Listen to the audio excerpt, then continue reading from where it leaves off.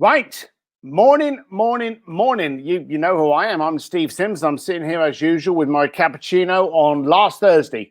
And you know that one of the things I really like to do on first Tuesday and last Thursday is to get an expert to come in to help you. Let's be blunt. These aren't being paid for. These are here to help you grow and to make you better.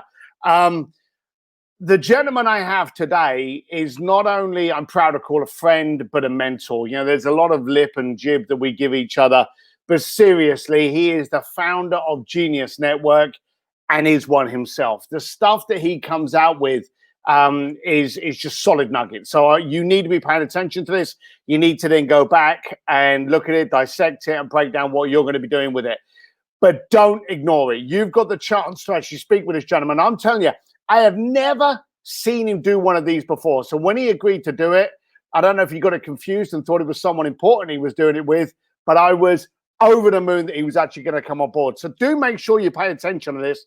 I'm not going to waste any more time. I'm going to bring in a dear friend, strange-looking beast, the one and only, the amazing, the Joe Polish. Joe, good morning. Good morning, Steve. What's happening? Now, we're going to go into some different things on your past, where you are, but to keep it easy and condensed and more impactful, literally, I'm talking to a gentleman now that went from being a carpet cleaner to literally just being able to hang out with Sir Richard Branson, Jean-Paul de Joya, and some other fantastic, amazing people that you can quite openly call friends. Do you ever just sit back and look at your phone and just go, oh, I know him. Not just, hey, I paid for him to be at the event. Yeah, that guy's a friend of mine, or that guy's a client, or I can pop over. Does it ever amaze you, the position you put yourself in? Yeah, I mean, from this, probably less than it used to, but today, mostly because of having sat in a lot of rooms with people struggling with addiction that are high profile, I've become more and more or less, excited about egos and about personalities and stuff. But I am very happy with having been a very introverted, shy kid growing up. The fact that I built this incredible network of relationships in all areas is, pretty astounding considering where I came from and where I'm at. I'm very happy about it. So I do give myself a lot of credit. I've worked very hard to do it and very, strategic, and I've been, very useful. But yeah, it's cool. I mean, I was looking at my phone the other day, and I've 5,600 contacts in my iPhone with details of people that I know personally, which completely obliterates that Dunbar law where you can only know 150 people and manage that. I mean, I manage hundreds of relationships and stuff. So, and when I say manage, we can get into that, to whatever the hell that means. But yeah, it's cool. It's cool. Well, I was very selective, and I actually used a word that you would put yourself in. There is no doubt whatsoever you haven't been given any lucky cards. You haven't been given any free rides. We're going to go into something a little bit later on about a movie, and I've known you for, how long have we known each other? What, about 9 years now? Something like that? Yeah, it seems like at least. It seems like forever. But we've known each other for a long time. It wasn't until a couple of years ago, and I knew about some of your struggles because you were very open about it. But then seeing a movie on it, and as I say, we will go into this, it stunned me and made me even more humble of the fact that, you've gone through this to get to this. So I want to start giving some people some impact. One of the biggest things, for a start, if no one knows who the Genius Network is, Google it, find out about it, and then do yourself a favor and join it. I'm a member. I love it. These guys are brilliant. And it literally is a room full of weird, creative disruptors that help you. And I'm able to sit there with Peter Diamandis and JJ Virgin, people that have become friends over the years, only because of Joe there. One of the things you came up with many years ago, which I find is very valid today, is the process of a ELF business and then its counterpart. Can you explain what ELF is? Yeah, so ELF stands for easy, lucrative, and fun. And HALF is the opposite of ELF, which is hard, annoying, lame, and frustrating. Now, I first learned that term from my dear friend, Mark Schneider, who unfortunately passed away less than a month ago. And Mark had, amassed millions of dollars, and we were literally playing golf one day, and we were talking about Elf. And I'm not a golfer, so I've only golfed a handful of times in my entire life. Similar to what George Carlin used to say, I think it's a waste of real estate. But I have a lot of friends that just love golf, right? And so we're talking about all the different ways that a person can make money, run a business. And he just said, Elf.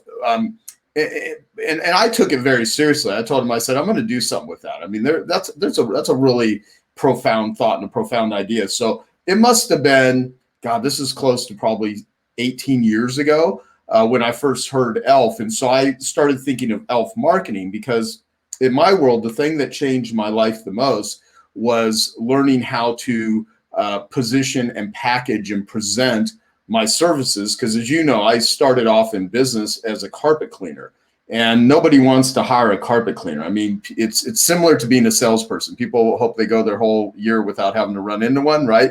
And so I got into business selling something nobody wants to buy, and I had to figure out how to successfully market something that nobody wants to buy. And most of the ways that people do selling and marketing is very half. It's hard, annoying, lame, and frustrating. Sometimes it's hard, annoying, lucrative, and frustrating, but not all money is created equal. And so I with Alpha, it's like, okay, how do I do, how are all of these marketing methods that are robotic automated? Before the internet existed, there was no social media, there was no web pages. I mean, we were doing direct mail, yellow pages, TV, radio, postcards, endorsement relationships through word of mouth. I mean, there were plenty of places to advertise, but they weren't online. And so I had figured out how to convey, how to sell in advance, because that's what marketing really is. And I learned how to set up 24-hour free recorded messages. I would do things like, warning, don't call any carpet cleaners till you listen to this free recorded message. Call anytime, 24 hours a day, 7 days a week. Learn 7 questions, ask a carpet cleaner before you invite them into your home. How to avoid 4 carpet cleaning ripoffs. And I would use education-based marketing in order to put that out to the public instead of just advertising price. And people used to call me up and say, how much do you charge? But I figured out how to advertise and market in a way so it would sift, sort, and screen price shoppers, so it would educate people on how to make a buying decision. And my marketing and my advertising actually became useful even before anyone hired me. And so I learned what my good friend Dan Sullivan, we've had numerous conversations and podcasts about this, is all money earned ethically is a byproduct of value creation. So learning how to convey the value that you offer to the marketplace in a very automated and robotic way is ELF. And so all of these systems that I had developed, never thinking I'd ever teach them to anyone. I just needed to pay my bills. I just needed to survive when I was a dead broke carpet cleaner. I literally went $30,000 in debt between 1990 and 1992, just trying to live out this damn entrepreneurial fantasy that I had of, like, I'm going to have my own business. I had long hair and a ponytail, earrings. I didn't have an eyebrow earring kind of like you do, but nonetheless, I look like a total freak, right? But I so badly wanted to have my own company.